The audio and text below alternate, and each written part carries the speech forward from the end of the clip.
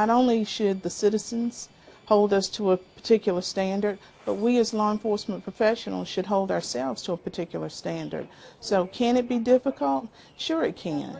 But it's important that we remain vigilant and remember the cause or the calling as to why we've taken on this profession and the duties that come with it.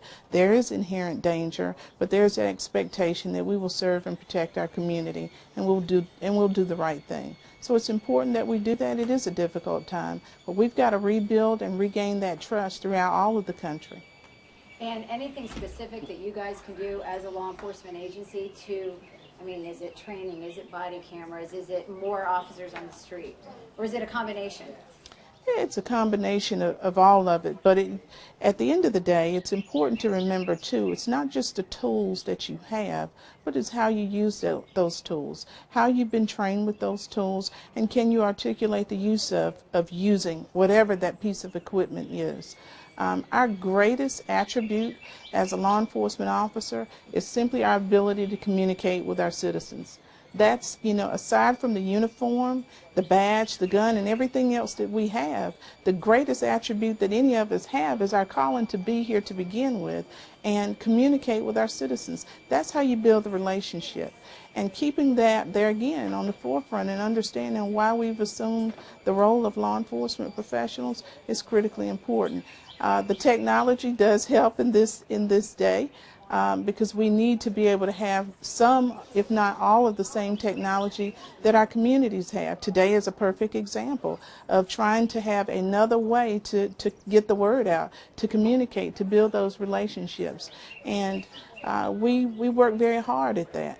So would it be fair to say that you're looking at a lot of different options to, again, continue to create that public trust, gain that public trust? We always are. I think you have to, otherwise you become stagnant as an agency, as an organization.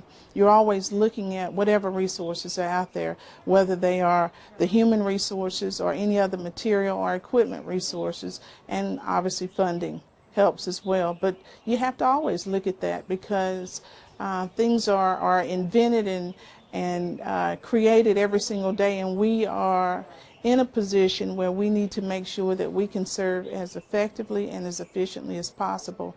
And it does require personnel to do that. It does require training to do that. It requires equipment to do that and technology.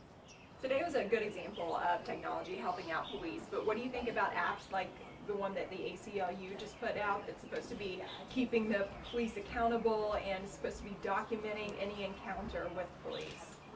What imposes accountability is an officer's understanding of what he or she is supposed to do in the course of their duties day to day.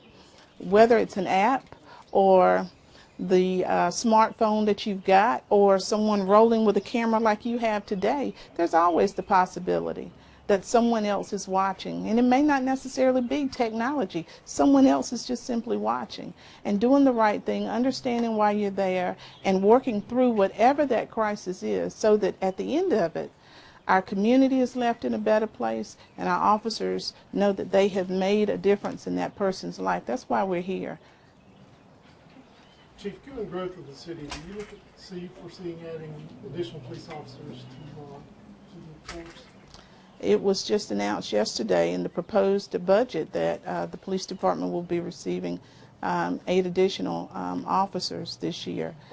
So yes, the city's growing, and our council recognizes that and have been very supportive in us continuing to build those relationships and making sure that we have the resources that we need to continue to do that in our city, and personnel is one of those resources. Thank you. Thank you, Chief.